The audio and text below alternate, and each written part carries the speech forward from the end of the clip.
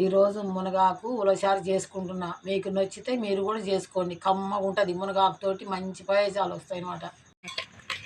ఒక టమాటకాయ చింతపండు తీసుకుతున్నా ఉలవచారులకి. గుగ్గిళ్ళు వండి తాలింపు పెట్టిన, అవి తాలింపు పెట్టి ఆడబెట్టిన. ఉలవ గుగ్గిళ్ళు వండిన, అల్ల నుంచి చారు తీసిన, ఇది చారు ఆడబెట్టిన. గుగ్గిళ్ళు తాలింపు పెట్టిన, కాళ్ళ ఉలవల నుంచి గుగ్గిల చారు తీసిన. ఆ చారు ఇప్పుడు చారు చేయబోతున్నా. మునగాకుతోటి చారు చేస్తున్నా ఉలవ చారు. ఇప్పుడే గిన్నె పెట్టిన, కాగే లోపల నూనె పోస్తున్నా.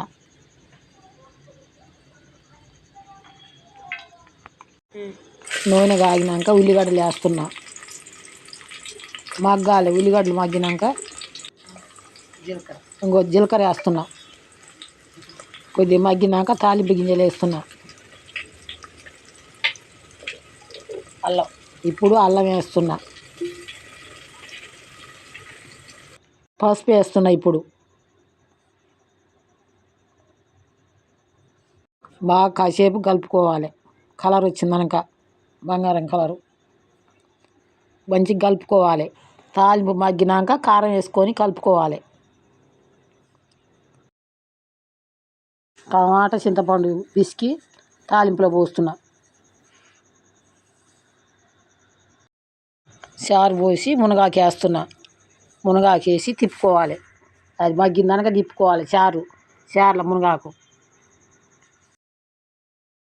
ఇప్పుడు చారు పోసుకోవాలి. అల్లా గుగ్గిల చారు పోస్తున్నా. ఉలవ చారు పోస్తున్నా.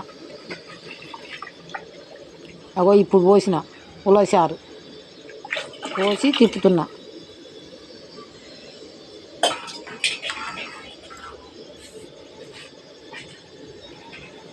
చారు కమ్మగా ఉంటుంది. అట్లా చేసుకుంటే మునగాకుతో చారు చేసుకు ఆ గుగ్గిళ్ళే ఇన్ని నూరి అల్లేస్తున్నా చారు చిక్కగా అయితేందుకు. ఇన్నాళ్ళు ఉలవ గుగ్గిళ్ళు వండుకొని కోతలు పోయొచ్చి ఉలవ గుగ్గిళ్ళు వండుకొని చారు కాసుకొని ఉలవ గుగ్గిళ్ళు దగ్గర పెట్టుకొని ఎడ్లు కాక తినేది అరకలో పోయొచ్చిన వాళ్ళు మగోళ్ళు. ఎడ్లకు కూడా గుగ్గిళ్ళు వండి బుట్టలు బుట్టలు పెట్టేది. తవుడు కలిపి పెడితే ఎడ్లు తిని అరకలో పోయొచ్చి అట్లా పెడితేనే ఆ ఎడ్లు బాగా అరక దున్నేది. నాలుగు ఉలవలు గుగ్గిళ్ళు బుట్టలు బుట్టలు ఉండేవి. ఉలవచేలు పండేది అప్పుడు వెనకట. వేస్తే ఏం ఉలవలు రేటే ఉండపోయేది అప్పుడు.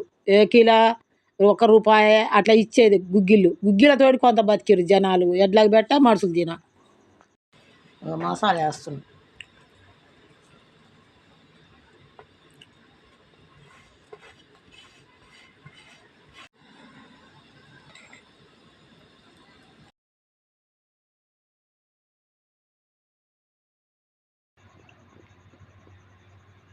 సూపర్ ఉందమ్మా ఉలవ చారు మునగాకు.